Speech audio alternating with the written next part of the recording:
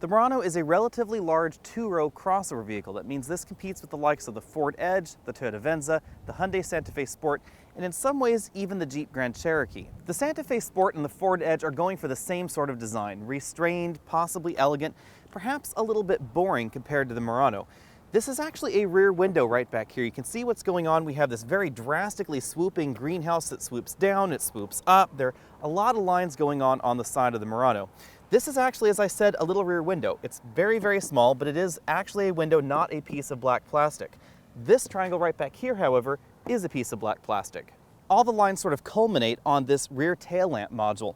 It crosses over from the body right here onto the tailgate and has the same sort of lines going on. There's a lot going on up front as well. We have these plastic ribs right here in the front bumper, this very large chrome strip.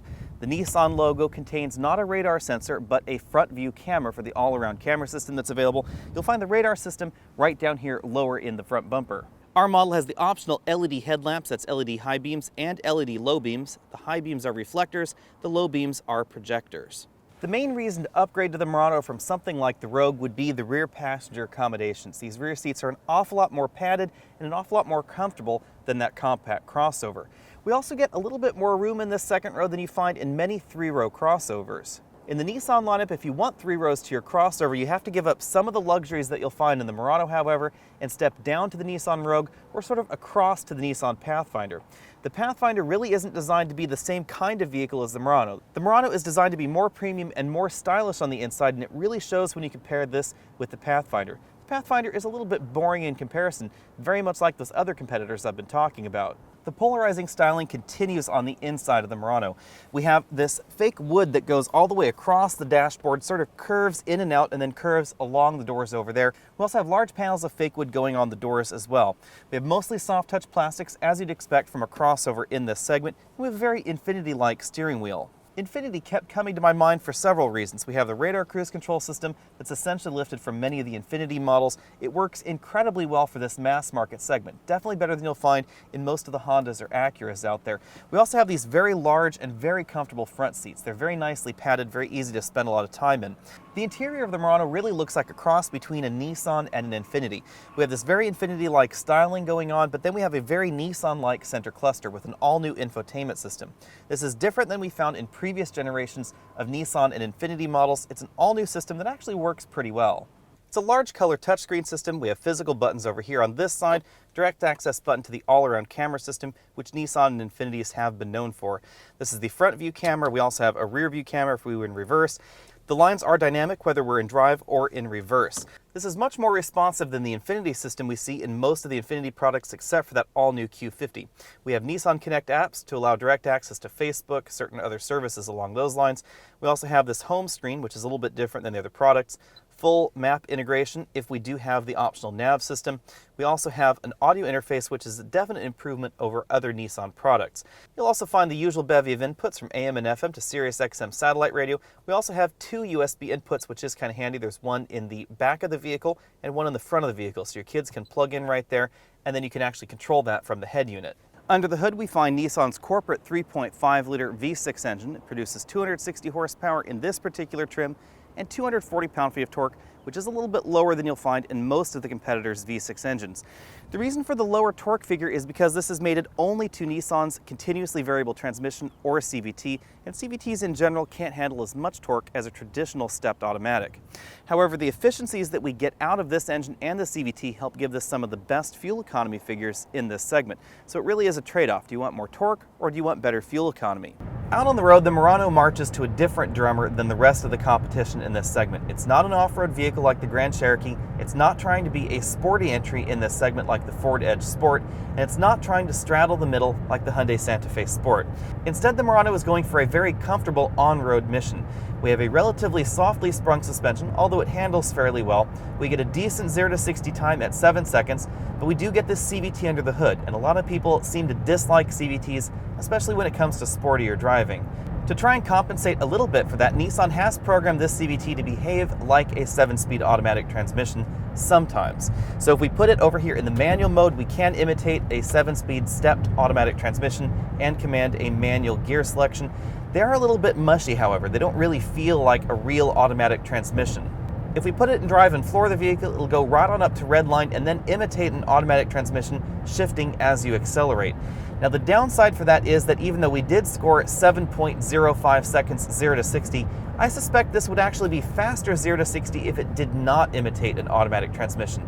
That's obvious in some of the competition's vehicles where you can select between those two modes.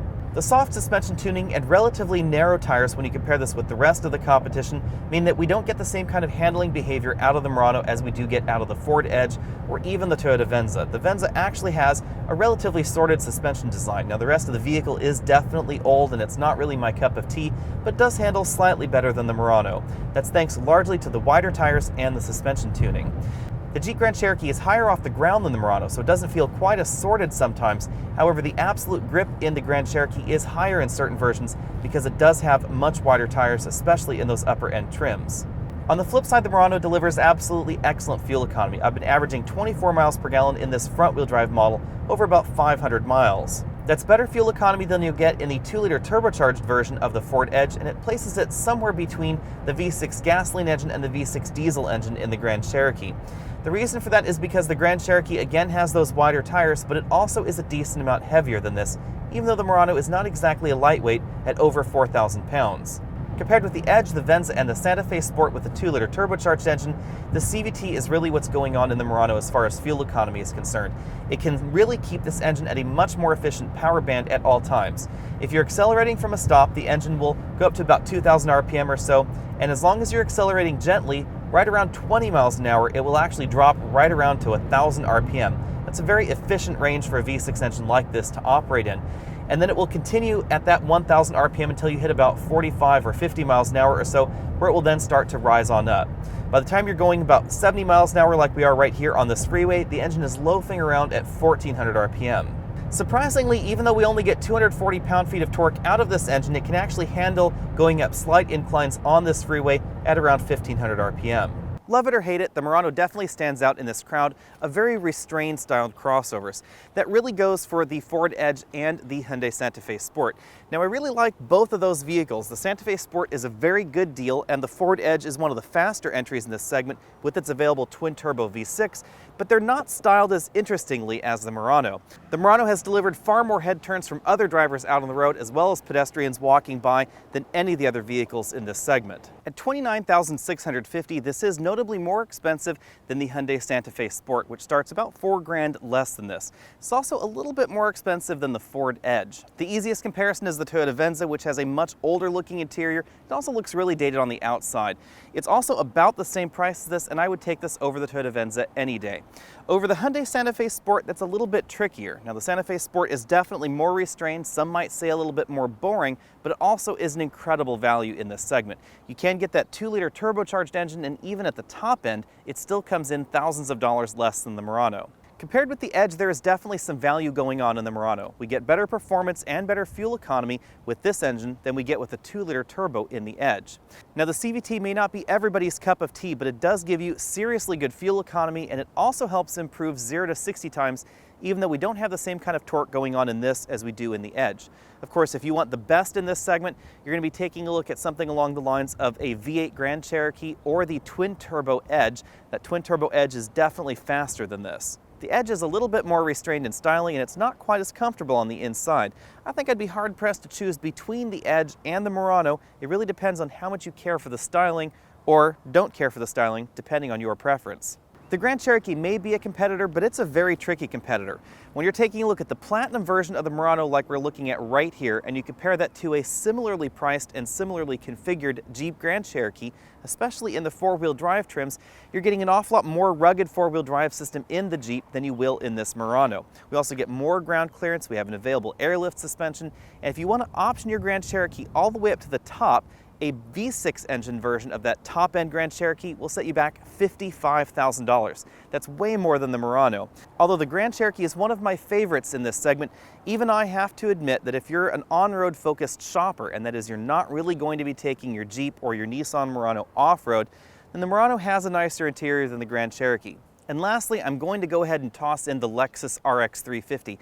The RX 350 comes across as a little bit cheap sometimes on the interior, even though it's considerably more expensive than this vehicle. Admittedly, we do get real wood trim and we get some nicer options on the inside, but they're really not that far apart. They're also not that far apart in terms of size. You get slightly better fuel economy in the Murano, and you also get more style on the outside. Again, it depends on whether or not the style is your cup of tea. Thanks for taking the time to check out this video. Again, I'm Alex Dykes. Go ahead and click that subscribe banner at the bottom of your screen, and we'll see you next week.